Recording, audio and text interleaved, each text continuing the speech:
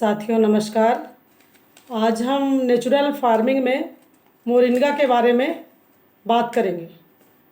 जैसा कि सबको पता है, मोरिंगा यानी मुगना, कई जगह इसको सहजन बोलते हैं और ड्रम स्टिक बोलते हैं।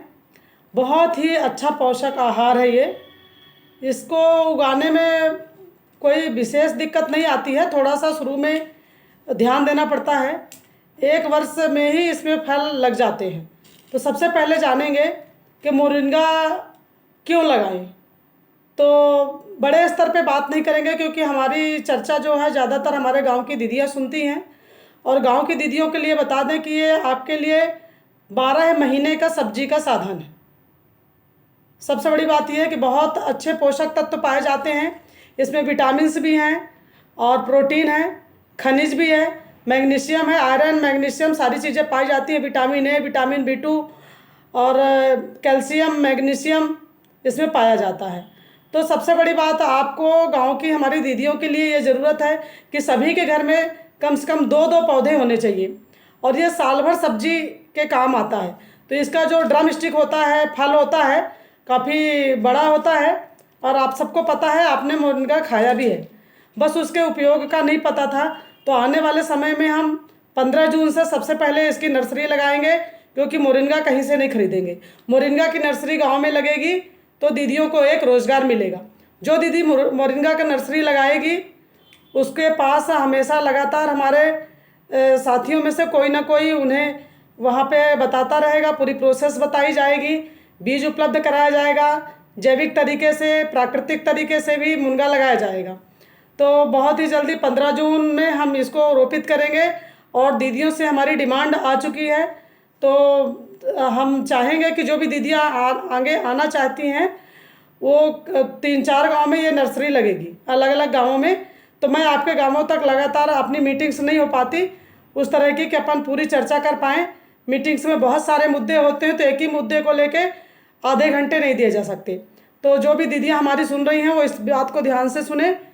सभी एक गांव में एक नर्सरी डलेगी और पौधे की काउंटिंग करनी पड़ेगी कि एक दीदी को 2 पौधे लगाने हैं, ताकि सभी को साल भर सब्जी मिलती रहे। मोरिंगा की पत्ती हमारे सब्जी के रूप में विशेष रूप से उपयोग की जाएगी, फल भी उपयोग किया जाएगा। लेकिन मोरिंगा पाउडर, पतंजलि का मोरिंगा पाउडर देखा जाए तो 400 रुपये से लेकर 1200 रुपये किलो तक है। तो जब 400 रुपये किलो खरीदकर शहरों के लोग इसे इस्तेमाल कर रहे हैं, तो हम गांव के लोग, जो हम हमेशा नेचुरल चीज़ें हमें मिलती हैं, जैविक चीज़ें हमें मिलती हैं, तो सबसे पहले हम खुद इसका उपयोग करेंगे। इसके बाद हमारे इतने सारे गांवों में ये लगेगा, तो हम यदि लगेगा तो इसकी प्रोसेसिंग करके और पैकेजिंग करके इसका वैल्यू एडिशन करके बाहर भी भेजेंगे। लेकिन सबसे पहला ये है, हमारा दीदियों से अनुरोध है कि सभी दीदियाँ कम से कम 2-2 मुनगे के पौधे तैयार करेंगे। हम मुनगा का पौधा इस बार 2 तरह से तैयार करेंगे। एक तो हो गया बीजू। बीजू के लिए नर्सरी का चयन किया जाएगा और कम से कम 5 नर्सरी अपने भैंसदेही में ब्लॉक में लगानी है। दूसरा, ये इसकी कलम भी लगाई जाती है।